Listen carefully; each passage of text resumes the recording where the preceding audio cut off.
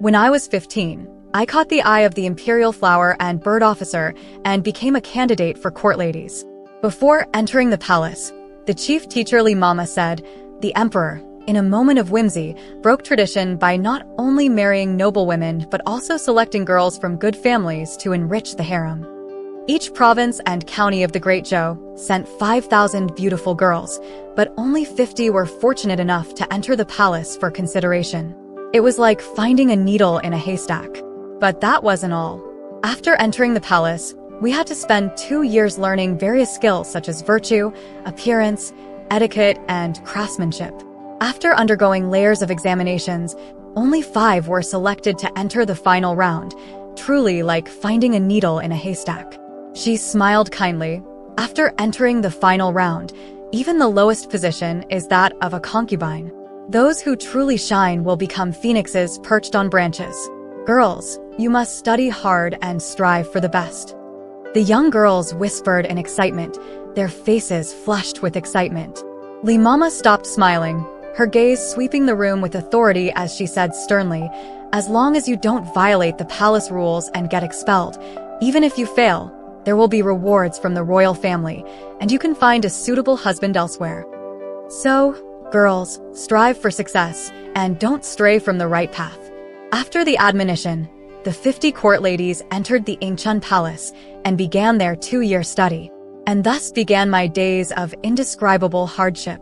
Learning about female virtues, rules, and palace etiquette left me dizzy. During an examination, Li Mama asked, Miss Gao, what are the 4 books for women? Nervously, I blurted out, the Analects of Confucius, Mencius, the Great Learning, and the Doctrine of the Mean.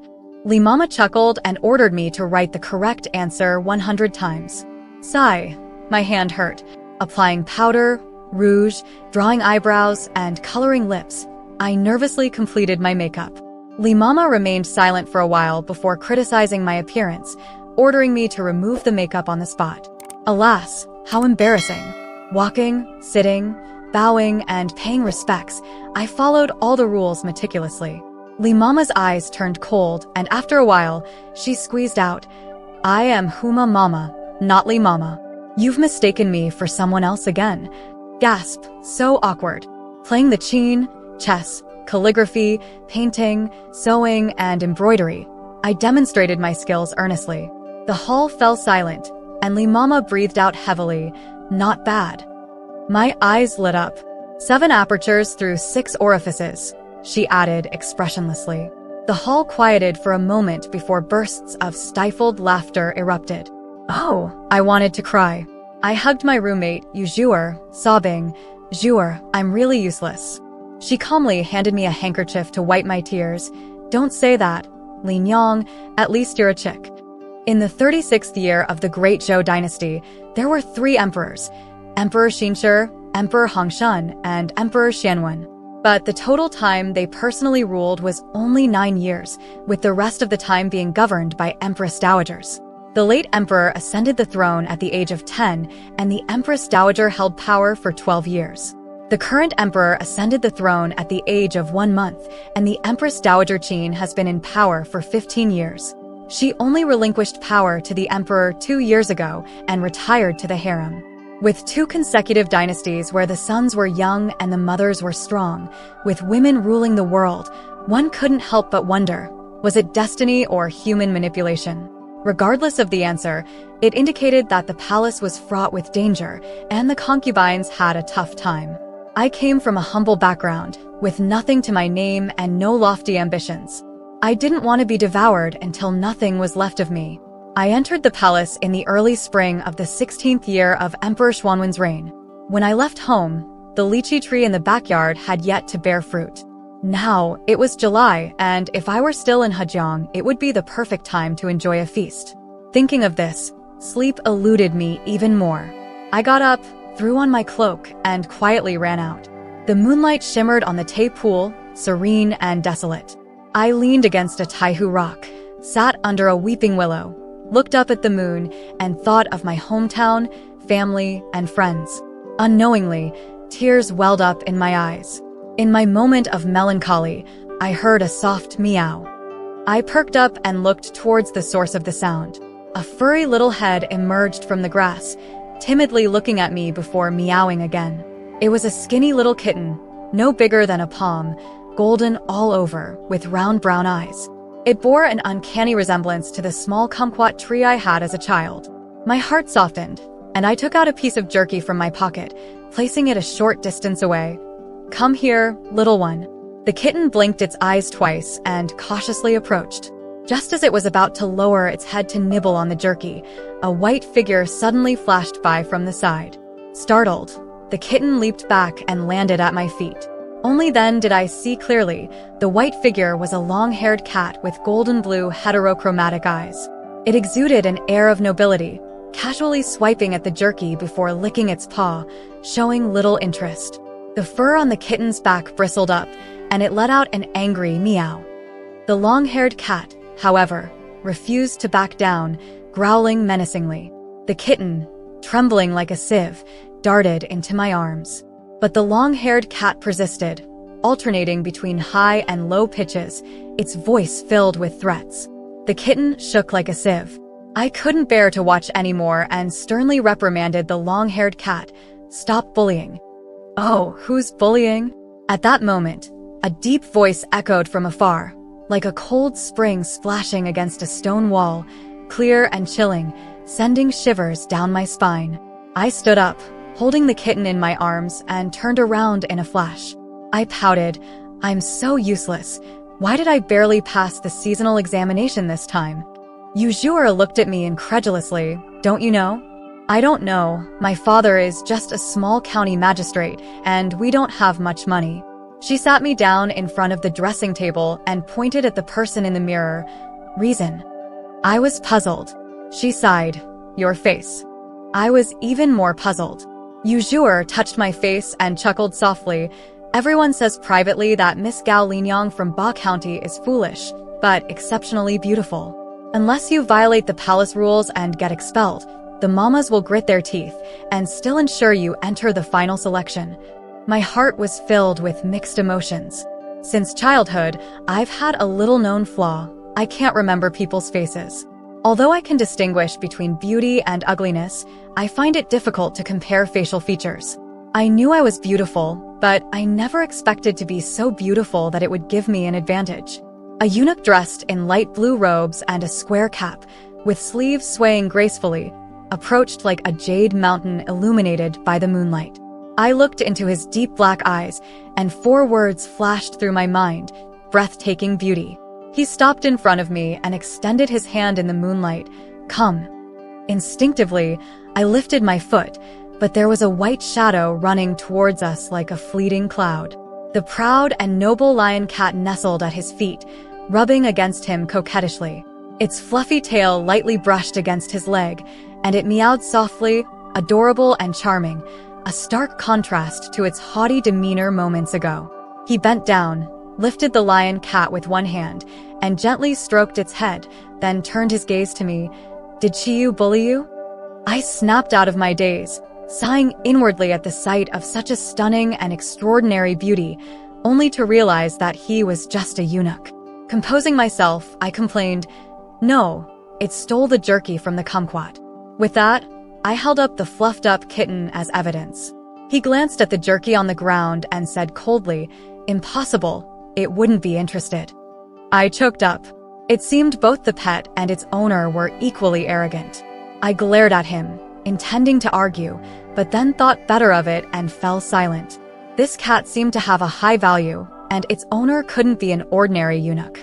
It was better to avoid unnecessary trouble. He approached, scrutinizing me closely, and asked, "Are you a court lady?" I nodded. "What's your name?" I instinctively wanted to answer, but then realized, biting my lip, "I won't tell you. The palace rules are strict, and you shouldn't wander around at night. You're openly breaking the rules, quite bold," he remarked, unperturbed. My heart skipped a beat, and I whispered, "You're no different." He heard it and chuckled softly. "I'm here to find Chiyu." Taking a cue from him, I said, "I'm here to find the kumquat." "You're a sharp-tongued girl. Go back quickly," he said. "Humph," He may look no more than 17 or 18 himself, but he's trying to act all mature. I scoffed inwardly, but obediently turned to leave. Oh, and he called after me, a piece of advice: don't get too close to cats. The Empress Dowager doesn't like them. I froze in my tracks, then reluctantly put down the kumquat in my arms, patting its head affectionately as I watched it disappear into the bushes. Straightening up, I pointed to the cat with narrowed eyes and asked, "If the Empress Dowager doesn't like cats, why do you keep it?" He scratched the cat's chin with his slender fingers, arrogantly declaring, "This is His Majesty's beloved pet." I looked at the equally proud and noble expressions on both the man and the cat's faces and suddenly felt that perhaps His Majesty's beloved pet extended beyond just Chiyu. Dizzy with thoughts, I blurted out, "I'm Gao Li, but they all call me Li Liang. What about you?" A hint of amusement flickered in his pitch-black eyes as he replied slowly, "My surname is Shi. In dramas, masters call eunuchs little so-and-so. So, wasn't he a little stone?" I chuckled softly, "Little stone."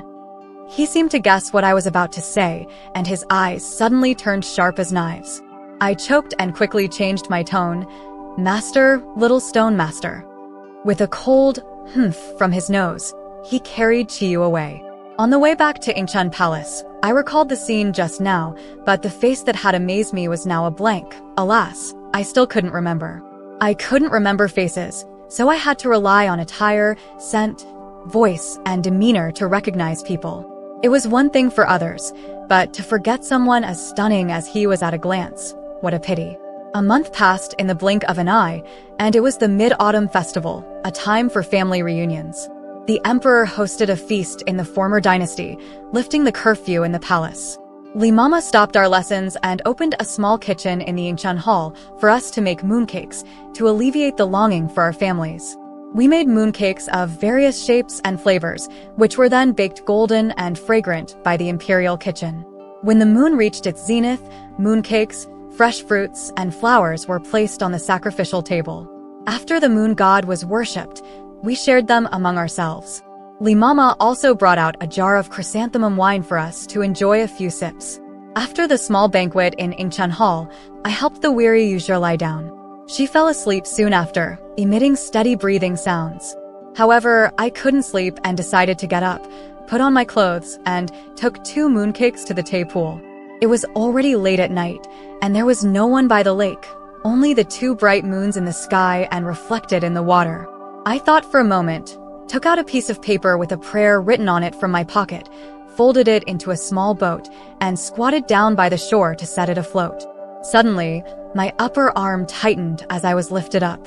When I turned around, I met a pair of deep, cold eyes and smelled a strong scent of alcohol. "Xiao Shi Gong Gong?" His gaze shifted to the paper boat in my hand, and he furrowed his brows, snatching it away and reading the words carefully. I stared at him blankly.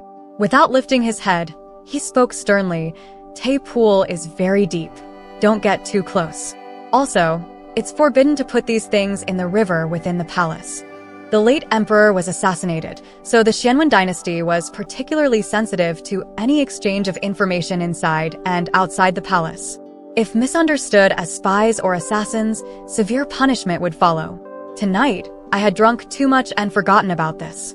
He looked at the paper back and forth, occasionally folding it along the creases, seemingly trying to decipher something from the folding method.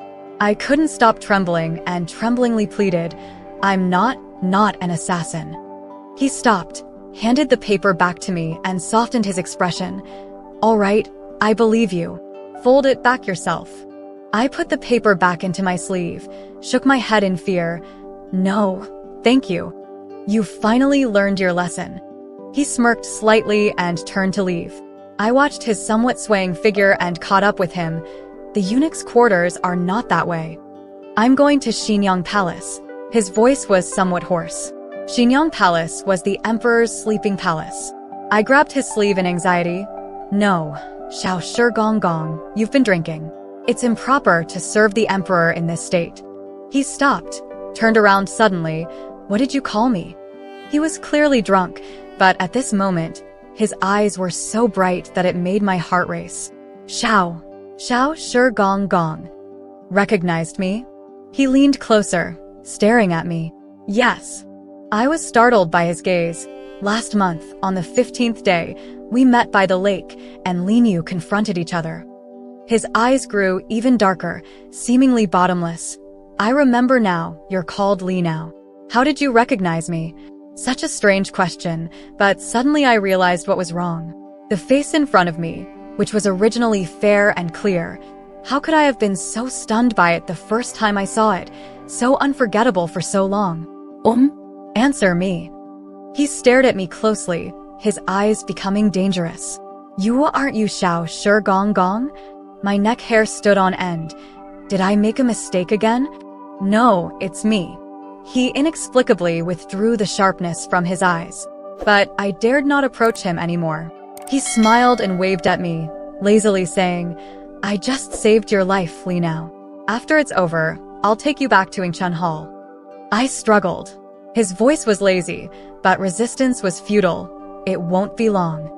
I weakly stopped struggling. He took me and, avoiding the palace guards, made our way to a secluded chamber. He casually lit the lamp, illuminating the room brightly. I was trembling with fear. Won't we be discovered? No, he replied nonchalantly, grabbing a small iron shovel and heading into the courtyard. Come and hold the lamp for me. I obediently picked up the lantern and followed him. He stopped under the third tree in the courtyard, squatted down, and dug a few times, pulling out a jar of wine.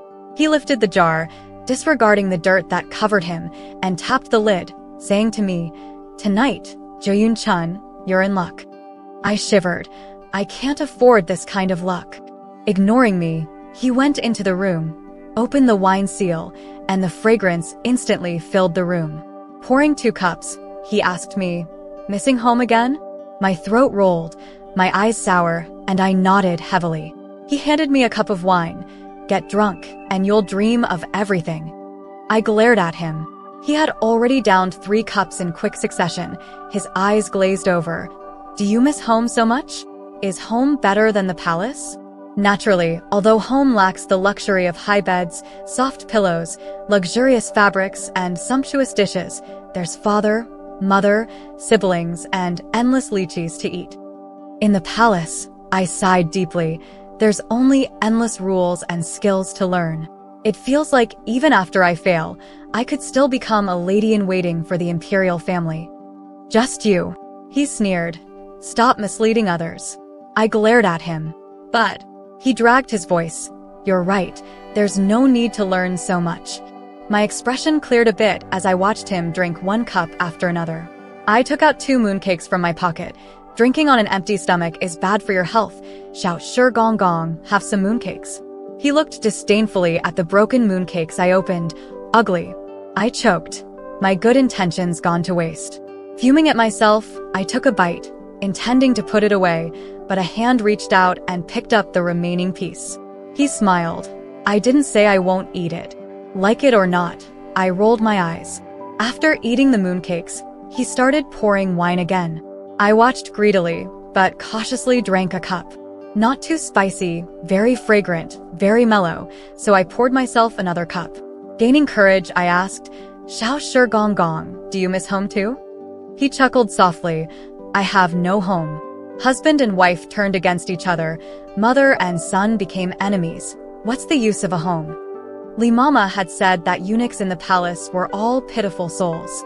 If it weren't for extreme difficulties, who would be willing to send their children to the palace to endure hardship? He seemed to have opened up.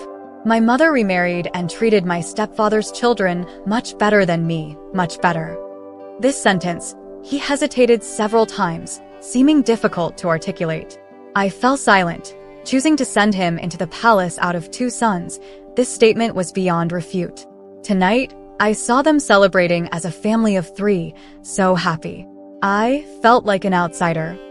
My heart skipped a beat. I asked, What about your father? He died a long time ago, he said. Feeling awkward, I lowered my head and drank. But fortunately, he didn't seem to have much affection for his short-lived father, quickly changing the subject. After a while, he asked me, Do women always love everything about their homes, even the bad? Maybe, I mumbled, starting to talk nonsense. Don't be miserable about the established facts. Look forward. Look forward. Yeah, start your own family. He chuckled softly. I see, can I? Yeah. I nodded heavily, seeing countless smiling little Xianxia in front of me, seeing his enlarged face, feeling his warm breath nearby. He seemed to ask something, but I didn't hear clearly.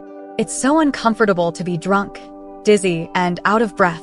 I trembled weakly, losing consciousness. The next day, I woke up in the bed of the ancient hall, with Yu wringing a cloth and applying it to my forehead. I tried to sit up, but my head felt heavy and I fell back down. She clicked her tongue. Your alcohol tolerance is really poor. You passed out after 3 drinks. I felt too uncomfortable to speak, and I didn't want to explain that I only got drunk after the 2nd round. After the Mid-Autumn Festival, the workload suddenly reduced a lot. After the 2nd quarterly exam, there were only 30 talented girls left. I still inexplicably made the cut. Perhaps I was naturally gifted for selection. Xianxia also heard about this and had Qiyu knock on my window late at night, inviting me for a drink. Qiyu was as white as new snow, walking with silent cat-like steps, and led me to the palace chamber we agreed on last time, avoiding the palace guards. Xianxia had already prepared a table full of food and wine, and even had several beautifully red persimmons. Seeing me staring, he directly grabbed one and handed it to me. I peeled off the thin skin and put it in my mouth. Without any fibers or seeds, plump and juicy, refreshing and delicious, it made my scalp tingle with delight. He smiled. Is it that delicious? Yeah. I nodded repeatedly, laughing until my eyes disappeared. This is a tribute fruit from the capital region, called Fire Crystal Persimmon, he said lightly. How does it compare to the lychees at home? For some reason, I wanted to challenge him. I shook my head. They're incomparable. His smile faded slightly, and he fed Qiyu half of a small dried fish himself, not giving me a glance. Qiyu nibbled on it delicately, stealing glances at me with an expression that seemed to be enjoying the show. I suddenly felt the atmosphere in the room become stagnant, like sitting on pins and needles, so I awkwardly said, I'll go back first. He turned to look at me, smiling warmly. This is to celebrate your passing the quarterly exam. If you leave, I won't be able to eat alone. It seemed like he had calmed down. I relaxed and picked up my chopsticks to eat. After 3 rounds of drinking, I said, if I'm eliminated in the top 15 next year, that would be even better. Oh, why? He asked. Because then I can leave with the most rewards. He chuckled. I meant, why do you want to be eliminated? I sighed. The capital is thousands of miles away from Hefei River. It takes months for letters to reach home. I miss my family very much. He pondered. If you're favored, your family can all come to the capital. Your father will be titled, your mother will receive an edict, your whole family will prosper. Didn't Li Mama tell you? She didn't explain it in such detail. I was amazed, but the premise is being favored. That's not a problem for you. He propped his chin and looked at me intently. Just because of my face? I hesitated. Yeah. I rolled my eyes. Then His Majesty is really shallow. Human nature is like this, he said meaningfully. Also, Li Mama said His Majesty will have 3 palaces and 6 houses, countless concubines. He smirked. With such a large palace, what's wrong with having more sisters to accompany you? But if the palace is so big, why doesn't His Majesty allow non-imperial brothers to accompany? I muttered. His smile disappeared. Ishudarat. No. I didn't mean to expose your shortcomings. He gave me a cold glance. I lowered my head and drank osmanthus wine in a frenzy. After a while, he asked again, but if you marry someone else, won't there still be 3 wives and 4 concubines? What's the difference? I was stunned. No. My father only has my mother. Your father is just a county official. Yeah, I thought about it. Then I'll go back to my hometown and marry a county official. His eyes flickered slightly, and he sighed lightly. I see. A faithful county official is better than a promiscuous emperor. I ran my fingers through my hair. What's the point of talking seriously about this? Whether I'm eliminated or not, and when, it's not up to me. He looked at me deeply. It is. Huh. Before I could ask, he stood up gracefully, picked up Chiyu, and said as he walked, "It's late. Go back and rest." The next 2 months of classes were also relaxed. We studied half a day and played half a day, playing games like pitch-pot, shuanglu, swinging, kicking shuttlecock, and playing polo, just like sisters. The only regret was that Xiao Shigong didn't show up for 2 months. I quietly inquired and learned that the chief monitor around His Majesty was named Shi Rui, who was quite favored by the emperor. Shi Rui, could he be Xiao Shigong? When the first snowfall came, I faced the 3rd quarterly exam since entering the palace and bid farewell to 10 sisters. The sleeping quarters of the Ingchun Hall were now much emptier, with enough rooms for each remaining person, and the mama allowed us to arrange ourselves. I wanted to maintain the current situation, but Yu Zhuer actively wanted to move to the empty room next door. Tears welled up in my eyes. "Zhuer, you don't want me anymore. I thought we were getting along well." She poked my forehead and scolded, "I don't not want you. Madame San asked me to finish the double-sided embroidery next month, and I need to work late at night with the lamp on. If I don't move out, it will delay your sleep." "It won't. Please don't go." I clung to her neck and acted cute. "Stop it. You only rely on your face to pass the exams. Get more sleep," she insisted. Once she made up her mind, she wouldn't change it. Since we were still neighbors, I didn't insist. Fortunately, she moved to the next room. Tonight, there was a knocking on the window from a lynx. After not seeing it for 3 months, Chiyu became even more ethereal, but with a bad temper. I wanted to touch its head, but it growled fiercely at me. I apologized with a bow for a long time before this little rascal finally calmed down. In the familiar palace chamber, Xiao Shigong's features appeared faintly in the rising mist. "Wow, it's antique soup," I exclaimed with joy and hurried over. He smiled and stood up to pull out a chair for me. I sat down and patted my belly with a long sigh. "I ate too much for dinner. I'm not hungry at all." He chuckled. "Then just taste a little of everything." As soon as I lifted my chopsticks, I felt something soft brushing against my feet. I looked down and saw a golden lynx about a foot long. When it saw me looking at it, it clung to the back of my foot timidly, looked over shyly, and let out a soft meow. "This is," I whispered, seeking confirmation from the person opposite me, "Xiao Jingua." Xiao Shigong nodded. Xiao Jingua rubbed against my feet softly, much larger than when I first saw it in July. Its round face was chubby and extremely cute. I bent down and picked it up with one hand, placing it on an empty chair beside me, and touched its wet little pink nose. "It's gained a lot of weight." Xiao Shigong said, "I've only had it for a few days. The next time we meet, you might not be able to carry it with just one hand." I nodded in agreement. Xiao Jingua didn't understand, foolishly tilting its head and meowing softly. In its movements, the pendant on its collar reflected dazzling golden light under the candlelight. "Xiao Shigong, did you adopt it?" "Yes, if I didn't, it might not survive the winter." He picked up a piece of cooked meat from the pot and handed me the bowl.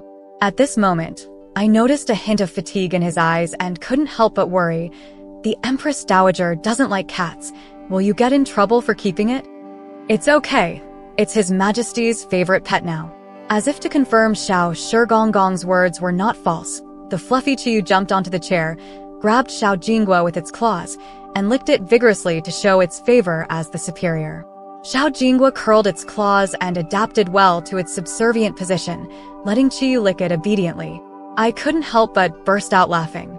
After tasting a little of everything, I patted my round belly and shook my head. "I can't eat anymore." Xiao Shigong had put down his chopsticks long before, and at this time, he handed me 2 golden oranges, Yongquan honey oranges, to freshen your breath. I was full but took them and put them in my pocket. He smiled. "I didn't think it through. I'll have Chiyu make an appointment earlier next time." After a pause, he said again, "If you encounter any difficult situations, you can also put some dried fish on the windowsill and have Chiyu deliver a message." Chiyu listened, meowed dissatisfiedly. Xiao Shigong took out a piece of dried fish from his sleeve and waved it. Qiyu meowed again. Xiao Shigong's smile faded slightly, one piece at a time, no bargaining. After pondering for a moment, Qiyu took the fish from his hand and gestured for the deal to be made. I watched with interest, eagerly accepting the small package of dried fish prepared by Xiao Shigong, touched Xiao Jingguo's head, waved goodbye to them. As I stepped out of the courtyard, I couldn't help but look back and saw Xiao Shigong holding Qiyu, also watching me leave. My heart skipped a beat for a moment. I knew Xiao Shigong was busy serving in the court and didn't dare to disturb him casually. But Qiyu often jumped onto the windowsill with its squirrel-like tail swaying after dark, staring at me with its different colored eyes. After a brief stalemate, I could only reluctantly take out the dried fish. Qiyu, being a contractual spirit, would demand to work after eating the fish, refusing to leave without delivering a message. Afraid of it being discovered by others, I had to reluctantly write a letter. Not knowing what to write, I mentioned Mama's strictness, sister's anecdotes, classroom mishaps, and finally greeted Xiao Shigong, asking him to take care of himself. Like this, the seemingly random passing of messages began inexplicably. Xiao Shigong rarely wrote back to me, so I treated him as if he didn't have time to read it, using him as a confidant and writing increasingly freely, jotting down whatever came to mind. Because of frequent communication, we didn't feel estranged even after 6 months without seeing each other. When I entered the palace gate, I immediately saw the tall figure under the tree. Subconsciously lifting my skirt, I ran up and called out softly, "Xiao Shigong." He turned around, his eyes filled with smiles, and handed me a food box. He still liked to feed me. When I took the food box, I accidentally touched his hand, and my heart jumped wildly. We sat side by side in the corridor. "Are you feeling hot?" Xiao Shigong's voice brushed softly against my ear, tickling. I'm fine. Your face is very red. Maybe because I ran a little. My cheeks grew even hotter, and I awkwardly changed the subject. "Let me see what's good to eat this time, wow." When the lid was opened, it turned out to be a basket full of lychees emitting a coolness. He smiled. "Last Mid-Autumn Festival, you said you missed the lychees at home." I couldn't wait to pick one up, hesitatingly asking, "How did you get so many?" Given by His Majesty. I felt relieved and peeled one, putting it in my mouth. However, it didn't have the expected rich sweetness, but instead a hint of mild alcohol. "Is it delicious?" I tasted it and honestly replied, "Compared to those at home, it's a bit lacking." "Jejia is still too far away," he sighed faintly, seeming a bit regretful. Satisfied enough. "Thank you, Xiao Shigong, won't you eat?" He shook his head. "I don't like them." Freshly picked ones are actually delicious. I couldn't help but defend the lychees from home. He smiled. If there's a chance, we'll go to your hometown to taste them." My heart stirred, but my gaze fell on his court attire, and the waves in my heart abruptly calmed. I fell silent, only able to eat lychees one by one, hoping to wash away the bitterness in my mouth with the overripe sweetness. He seemed unaware, eating earnestly, watching me with gusto. After finishing a basket of lychees and wiping my hands with a handkerchief, I was about to leave when Xiao Shigong suddenly spoke. "Linger, September is the season for the final selection of the top 5. Do you still want to be deselect?" Scenes of my time in the palace flashed before my eyes, and I opened my mouth, then closed it again. He looked at me patiently, not urging me with a single word, but his eyes reflected flickering flames, containing hidden expectations. After countless twists and turns of thoughts, I said, "Yes." A gust of wind blew, extinguishing the night lamp beside us. His eyes darkened with it, but he said, "Then, as you wish." Before leaving, I looked deeply into his eyes, wanting to remember this clear and fair face. Perhaps this was our last meeting. But just a turn wiped away all memories related to his face. I hurried away, letting tears fall all the way. Just as I stepped into the back door of the Yingchen Palace, someone dragged me into the room. Startled, I recognized it was Yu Zhuer and finally relaxed. However, she stared at me intently and interrogated, "Where did you go?" "Out for a walk." "Don't lie to me, I saw everything." "What did you see?" "I saw you coming back from outside the palace. she frowned, solemnly advising, I know you want to be deselect, but don't try anything tricky. Linger, this is the Imperial Palace, with strict rules. You must be careful with your words and actions. Knowing she hadn't seen Xiao Shigong, I nodded. I understand. The next day when I woke up, I sensed something was wrong. Looking at the mirror with a face full of acne, I felt distressed. Yesterday, I was too busy eating and forgot the saying, one lychee, three fires. I might have eaten a mountain of flames, and now my face was smoldering. Li Mama was so angry she rolled her eyes and quickly summoned the imperial physician. The bitter medicine to clear heat and toxins was hard to swallow, and I pouted, unwilling to drink it. Li Mama sternly said, drink it quickly. If your acne marks don't fade before the selection, you'll have to pack up and leave. My eyes lit up. So, this was Xiao Shigong's method? Hiding behind the medicine bowl, I smirked. I didn't cooperate, but Li Mama grabbed me and didn't let go. She assigned Yu Zhuer to supervise me in taking the medicine. After being forced to drink the bitter medicine for 3 days, the sore throat and acne on my face quickly faded. But that night, I began to suffer from abdominal pain and vomiting, breaking out in a rash all over my body, causing unbearable itching. Yu Zhuer was shocked, Li Mama was speechless, and someone exclaimed, rash, could it be an epidemic? With this remark, everyone panicked. I had collapsed on the bed, only hearing a command to move her out quickly before losing consciousness. My thoughts floated in the darkness, alternating between cold and hot sensations. Suddenly, I felt something furry beside me. Grabbing onto it for warmth, I held it tightly, and the resisting furry thing punched me twice. But I didn't want to let go. The furry thing helplessly made a gurgling sound. After what seemed like an eternity, my consciousness suddenly cleared. But just as I sat up, I fell back weakly. There was a person by the bed, awakened by my movements, reaching out to touch my forehead.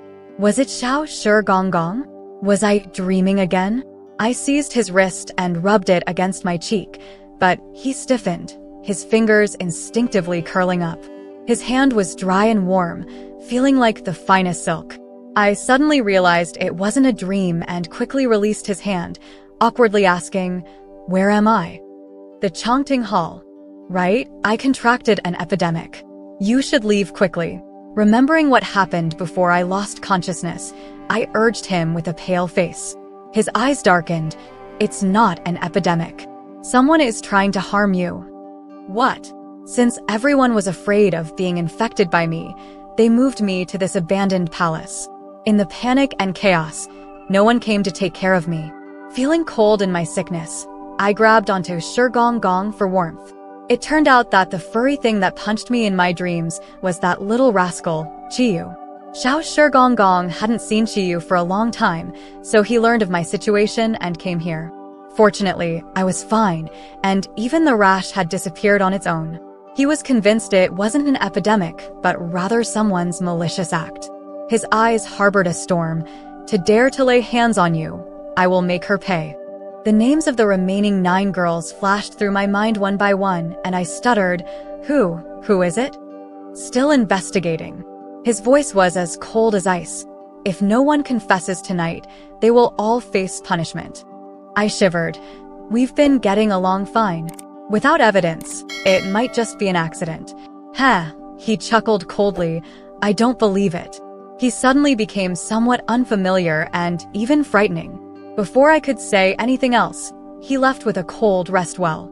After 7 days, I returned to the Yingqian Palace and learned about the whole incident of the epidemic from Yu Zhuer, who had slimmed down.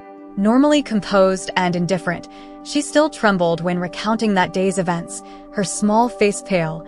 I almost got burned with a branding iron. I hugged her tightly, feeling sorry for her. Fortunately, at the last moment, the Empress Dowager of Changle Palace intervened, calling off the interrogation by the Ministry of Justice and conducting the investigation personally. In the end, the Empress Dowager concluded that it was an accident. My unique constitution clashed with one of the ingredients in the formula to clear heat, causing abdominal pain, vomiting, and rash itching once ingested. So, Despite the Ministry of Justice's investigation into all the food and medicine, no evidence of sabotage was found. And strangely, after moving to the Chongting Hall, where medical resources were scarce, I recovered. As for which ingredient clashed with me, further testing was needed to verify. Yu Zhuer's eyes were red with tears as she said, "I almost died. I don't want to be selected anymore. I just want to go home." It took me a long time to comfort her and stop her tears. "Was it the stone Gong Gong who interrogated you?" I asked cautiously. She trembled. "I don't know. I don't recognize him." Forget it, I won't ask anymore." I brushed it off, but deep down, I felt heavy and uneasy. This unease soon became a reality.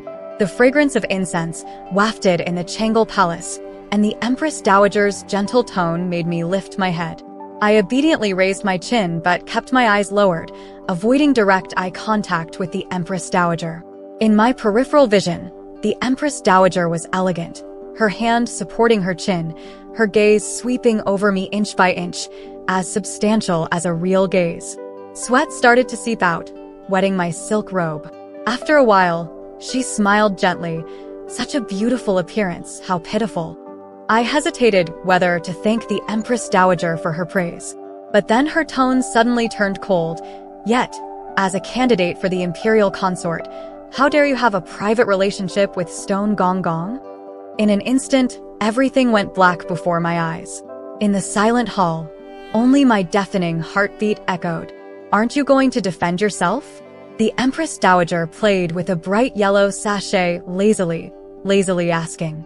My pupils contracted suddenly. It was the sachet used for storing letters on Chiyu's neck. With ironclad evidence, there was no room for defense. Moreover, I felt guilty in my heart. Taking a deep breath, I said, "I have committed a sin. Please punish me, Your Majesty, but I beg you not to involve others." "Infatuated." She sighed softly. "But do you know, he said the same thing. He said it was your wrongdoing and had nothing to do with him." It felt like a sharp sword piercing through my heart, and my hands instinctively clenched, nails digging deep into the tender flesh of my palms. But recalling our interactions, he never made promises, never showed any intentions. It only confirmed my one-sided affection. The Empress Dowager waved her hand lightly. Someone brought a golden tray in front of me, with a golden cup on it containing wine. "Linger, today the Dowager only prepared 1 cup of wine." The Empress Dowager's expression unclear. "You decide who is at fault and who will drink." I reached out, but as soon as I touched the icy cup, I withdrew my hand. The Empress Dowager's voice was soft, but it felt like the judgment of the god of death. "You have 1 stick of incense time." My throat rolled, dry and tight with fear. I want to see him." "Not giving up, are you?" "How pitiful," she sighed. "Bring him up." Someone dragged a faint blue figure forward. I looked at him with fear and trepidation, luckily not seeing any alarming injuries. The man knelt on the ground, his once straight back now hunched, trembling, his voice sharp and shaky with a crying tone. "Your Majesty, this servant has been wronged. This servant does not know who Gao Li is, let alone have any private dealings. Your Majesty, please see the truth." As he spoke, he banged his head on the ground, and soon, blood flowed continuously from his fair forehead. Watching this scene, I felt absurd and confused. This person, so unfamiliar. He was not the little stone I knew. "Linger," the Empress Dowager turned to me. "What do you say?" When I realized that Stone Gong Gong was not Stone Rue, a brief moment of relief washed over me. But then, I thought about it. The Empress Dowager had caught me in misconduct. If I didn't confess to being with Stone Rue, further investigation would endanger the real little Stone Gong Gong. The only solution was for me to face death calmly and exchange it for his safety. Unfortunately, I didn't get to see him one last time. If I had known, I would have said a few more words to him. I bowed deeply. It's my own foolishness. It has nothing to do with Stone Gong Gong. I'm willing to accept the punishment. With that, I picked up the wine cup, covered it with my sleeve, and drank it all in one gulp. As I fell to the ground in dizziness, in my last moments of consciousness, someone burst through the door, eyes bloodshot with rage. But even with such a ferocious expression, it couldn't mar his breathtaking beauty. He pulled me into his arms, trembling all over, and cried out with a torn heart, "Linger." This was my little stone gong gong, but why was he wearing imperial robes? The first sense to return was my hearing. Little stone gong gong. No, the emperor's voice was anxious and furious. Why hasn't she woken up yet? Someone humbly replied, "Your Majesty, Lady Gao Ling drank an extra dose of sleeping potion. She won't regain consciousness until tomorrow." I kept my eyes closed, pretending to be asleep. The prerequisite for sleeping until tomorrow was to finish the drink. In reality, I had only sipped a little and the rest of the wine had spilled on my clothes. Even in my dying moments, I wanted to struggle a bit. If I were lucky, if it wasn't a lethal dose, maybe someone would find me on the verge of death and save me. "Mother." He squeezed out through his teeth. "Why?" The Empress Dowager cleared her throat. "Everyone leave." The footsteps rustled away, gradually fading. After everyone left, the Empress Dowager said, "Try her. Try her." The Emperor was furious. "Try her or try me?" "Both," the Empress Dowager replied lightly. "What's the point of trying? What result does Mother want to see?" "I want to see if she is worthy of your affection." The Empress Dowager's tone seemed somewhat relieved. "I've seen what I wanted to see." "Ha, all right." The Emperor laughed angrily. "Tomorrow, I'll also try Prime Minister LV." The Empress Dowager slammed the table, angry. "Do you dare? I am the Emperor. What do I fear?" The Emperor's voice was cold and terrifying, with a hint of killing intent. "You." The Empress Dowager paused. Her tone softened. "Ah, Su, Mother is very worried about you. You may seem indifferent and suspicious, but deep down, you are just like your father, not guarding against those you care about. For an emperor, this is too dangerous. If Mother has gone too far, it's a matter between us, mother and son. If you have grievances or anger, direct them at me. Don't involve others." It was Mother who implicated Linger first. He remained unmoved, pushing back firmly. Suddenly, I felt lighter as the Emperor picked me up horizontally. "Ah, Su, don't touch him, you can't." Behind me, the Empress Dowager called out in anger and urgency. But the Emperor paid no heed, continuing to walk. I broke out in a cold sweat on my back.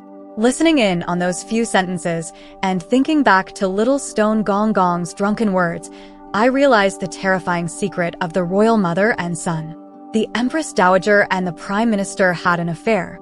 I also remembered Yu Zhuor's words about the Prime Minister's adopted son, LV Sun, who bore a striking resemblance to the Emperor in his childhood and was highly favored by the Empress Dowager, often being entertained in the palace. Although they looked less alike as they grew older, the Empress Dowager's favor towards the young master LV did not diminish in the slightest. So, if you encountered a man in the harem, the one wearing dragon robes was the emperor, the one wearing blue robes and a crown was the eunuch, and the one dressed differently was the young master LV. What seemed innocuous at the time now revealed a chilling implication. I dared not think further, trying to relax as much as possible and nestled in the emperor's arms, wishing I could stop breathing altogether. I was placed on the soft bed, and the bedding beside me dipped slightly, indicating that the emperor had sat down. In my mind, I urged myself to sleep quickly, to not reveal anything. I don't know how long passed, but just as I drifted into semi-consciousness, someone reported that Prime Minister LV wished to see the emperor. I jolted awake instantly. "No." The emperor fell silent for a moment, then spoke coldly, "Send him away to the Changle Palace." The attendant reported back. The Prime Minister came from the Changle Palace. He said if your majesty won't see him, he'll wait. Then let him wait. The emperor sneered, his voice growing colder. Time ticked away, marked only by the steady drip of a clock. After half an hour, the attendant returned, cautiously saying, "Your Majesty, the sun's heat is strong today, and the Prime Minister has an old leg injury. Standing for so long might be too much for him." The emperor's voice turned annoyed. "Dismiss him."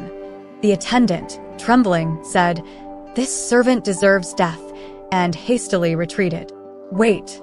The emperor changed his mind. "Let him in." The sound of the pearl curtains brushing against each other signaled the emperor's exit from the inner chamber. Separated only by the pearl curtains, I subconsciously held my breath, straining my ears to eavesdrop. "I pay my respects to your majesty," came the smooth voice of a middle-aged man. "Dispense with the formalities." The emperor was very indifferent. "I promised you could see me without the formalities." "Thank you, your majesty. Now that you've seen me, Prime Minister, you may leave." The emperor's tone was impatient. "Your majesty, I have something to report." The emperor sneered abruptly, pressing, "Is the Prime Minister here to drink the wine bestowed by the emperor?" "No." The Prime Minister's voice and emotions were calm. "But if this can appease your majesty, I will not refuse." "Humph? Speak up then, and leave quickly." "I am here to apologize on behalf of the Empress Dowager to Lady Gaoling. This matter was indeed her lack of consideration and improper action. The Prime Minister is always thinking of the Empress Dowager, which is touching." The emperor's tone was sarcastic. After a long silence, the Prime Minister sighed softly. His voice, though not loud, was firm, with a sense of determination. "I do indeed hold Lady Gao Ling in high regard, but I also care for your majesty deeply. I have held your majesty as a baby and held your hand as you wrote your first character. Forgive my audacity, but in my heart, you are no different from my own son. As you grew older and understood things, because of my affairs with the Empress Dowager, you distanced yourself from me even more. Out of selfishness, I avoided you over these years, but I couldn't bear to see the rift deepen between you and the Empress Dowager. Today, I came to ask for a word from you. If you have even the slightest objection, I will resign from my position and never set foot in the capital again, wishing you and the Empress Dowager endless joy in the countryside." After the Prime Minister finished speaking, the spacious hall fell into a deathly silence. My heart pounded in the stifling atmosphere. The Prime Minister, so courageous, yet so loving. After a long silence, the Emperor spoke softly, "I have no such intention. But after you took power, you and the Empress Dowager have grown more distant with each passing day, as if treating me as an outsider." The calm tone of the Prime Minister finally showed signs of disturbance as he sighed. "I and the Empress Dowager dare not be too intrusive. You've grown up and want to spread your wings. We're afraid you'll misunderstand, so naturally, we keep our distance and don't dare to intervene." "Is that so?" The Emperor's tone was puzzled. "Everything I've said is true," the Prime Minister affirmed. Another silence, filled with thoughts. The Prime Minister pondered for a moment before saying slowly, "I sought this audience to advise your majesty." "What?" the Emperor asked. "You also have affection for Lady Gaoling, don't you, your majesty? If so, why not make an effort?" She said she wanted to withdraw her candidacy. The Emperor's voice lowered. "I don't want to force her. When she thought you were a eunuch, she was willing to sacrifice herself to protect you. Now that the truth is out, perhaps she would be willing to stay for you. Why not give it another try? The Empress Dowager and I lost our rightful place back, then due to misunderstandings. Now, we don't want to see you make the same mistake again," the Prime Minister advised again. The Emperor hesitated. "I will think about it." The Prime Minister reluctantly took his leave. After the rustling footsteps faded away, there was a long silence. The sound of the pearl curtains gently brushing together signaled the Emperor's return to the bedside. His fingertips lightly traced my face before departing. On the second day, when hunger gnawed at my heart, I feigned waking up slowly. By my bedside was the Emperor, who had stayed awake all night. Sure. I hesitated, then corrected myself. "Your Majesty." He awkwardly avoided my gaze and spoke softly. "Are you hungry? Let's eat first." After finishing our meal, he broke the awkward silence. "Do you miss home? I can send you back." Still shaken from the events of yesterday, and with the unspoken question lingering in my mind like a thorn, I couldn't hold back any longer and asked, "Why?" He clenched his fists, his long eyelashes drooping. "I didn't intend to deceive you." After a pause, he explained that the first time we met, he had been informed that Yu had gone missing. Worried that the fox might disturb the Empress Dowager, yet reluctant to make a big fuss, He disguised himself as an attendant and went to search for her. That's when he encountered me by the Tay Pond. The sight of the ethereal girl holding a cat under the moonlight captivated him and stirred his heart. On Mid-Autumn Festival night, he and the Empress Dowager had a disagreement over state affairs, leaving him feeling uncomfortable. So, he had the Imperial Guards disguise him as Shi Rue and personally delivered the Imperial meal to catch a glimpse of the Empress Dowager. He spoke cryptically, but I could picture Prime Minister LV and his son, along with the Empress Dowager, enjoying a harmonious family gathering. Frustrated, he had too much to drink and encountered me again on his way back to Xiang Palace, only to be surprised that I had recognized him despite his disguise. Needing someone naive to confide in, he had crossed a line for the first time that day. After that, whenever he felt troubled, he remembered the clear eyes under the moonlight and our encounters. Initially, he had treated me like a petulant fox, but gradually his feelings grew. His gaze distant, lost in memories, he chuckled softly. Everyone in the palace has ulterior motives, even Chaeyu. But you smile so innocently for a sweet persimmon. And then, Chaeyu brought me your letter. At first, I found it amusing, but gradually, I found myself looking forward to it every day. It's not that I didn't want to reply to you, but every time I picked up the pen, I didn't know what to say. Your letters were lively and interesting, always bringing a smile to my face. But my daily life was filled with political struggles and family conflicts, leaving me weary. Afraid that I would become respectful and distant upon learning the truth, he had decided to let me be screened before the court selection, keeping the truth hidden until now. Linger, that's all there is to my intentions, he said, his expression tinged with pain. I'm sorry for scaring you. My heart surged, tears welling up in my eyes. My mind was a mess, and after a long while, I finally managed to say, that's not what I was asking. He looked puzzled. I mean, why send me away now? It's not even September yet. He stared at me blankly for a moment before a glimmer of realization flashed in his eyes. You want to stay? No. The light in his eyes dimmed. I bit my lip, my mind in chaos. In September, there's the seasonal examination. Only the top 5 will receive the most rewards. He looked at me deeply and replied decisively, all right, let's talk about it in September. I was escorted back to Yingchuan Palace. The maidens surrounded me, chattering and asking why I had been taken away again, if I had undergone any ordeal. I remained silent and shook my head, not confiding in anyone. For the remaining 2 months, Yingchuan Palace was filled with anxiety, everyone eager to leave. Li Mama was so distressed she was losing her hair, and the noble maidens, who had been pampered for a year and a half, were now like startled birds, unable to eat or sleep, their faces pale. Every day, they only thought about being eliminated. As soon as Yu Zhuor got up, she would update the countdown to leaving the palace on the wall. I sweat dropped. Actually, staying isn't so scary.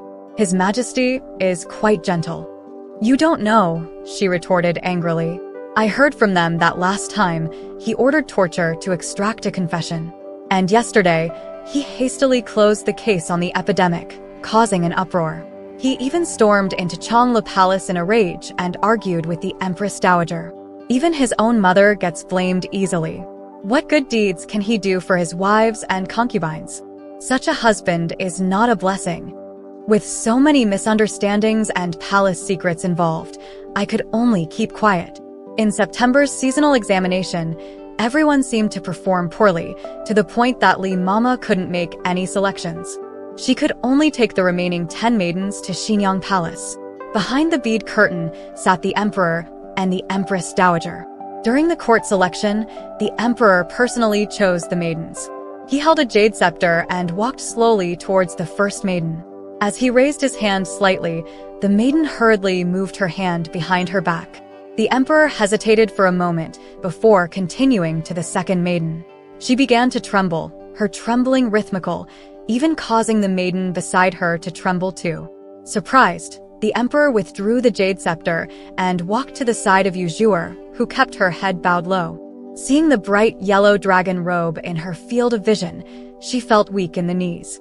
The emperor stood with his hands behind his back, silently. Though he was high and mighty, at this moment, he seemed desolate and pitiful. And Yu Zhuer, kneeling beside me, looked even more pitiful. She was on the verge of fainting. Unable to bear it any longer, I decisively reached out and helped her up, bowing deeply. "Thank you for your favor, Your Majesty." There was silence for a long time until the Empress Dowager gently coughed as a reminder, and he awkwardly said, "Oh, please rise. Everyone can leave now." The maidens felt as if they had been pardoned and hurriedly filed out. I was at the back of the line but was stopped by him. "Li Yangzi, stay." I paused and watched as everyone else left. He scrutinized me from head to toe. "Why force yourself?" "They seem to be more forced than I am," I explained softly.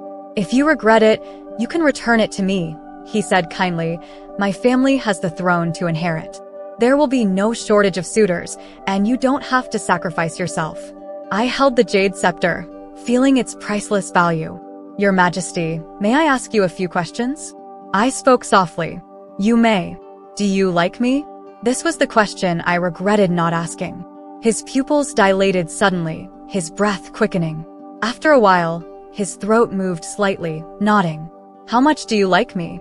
"Very much, extremely much," he said slowly. "You can think of it as love." I covered my left chest, my heartbeat deafening. I was really afraid it would jump out. I calmly pursued. "Li Mama said you will have 3 palaces and 6 courtyards, countless concubines."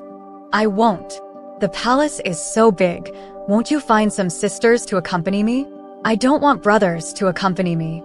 How can I expect you to be generous when I'm not?" He chuckled self-deprecatingly, then softened his voice. "Li Yangzi, the 2 of us are enough for each other. Besides, you are so trusting. I don't want to be entangled in palace fights after I take over the government." After a pause, he continued, "There are no fresh lychees in the palace, but there are fire crystal persimmons, bubbling spring honey tangerines, white orchid melons. The north and south fruit houses contribute various dried and fresh fruits each season, all of which are delicious. In the future, I will take you back to Hejiang and let you eat lychees freshly picked from the branches. I won't confine you to this small place." He enumerated the benefits of staying, clumsily trying to win my willing heart. This proud and noble man, for the first time, was so cautious and careful with his words, it didn't seem like him. Every word entered my ears, turning into a warm stream flowing through my heart. Unable to help but laugh in agreement, I said, "Well, the tribute fruits are delicious." Suddenly, I feel that fresh lychees aren't indispensable after all. He held his breath. I lifted the jade scepter and waved it. "Mine now." He froze for a moment, then slowly smiled. In that instant, the room was filled with radiant splendor.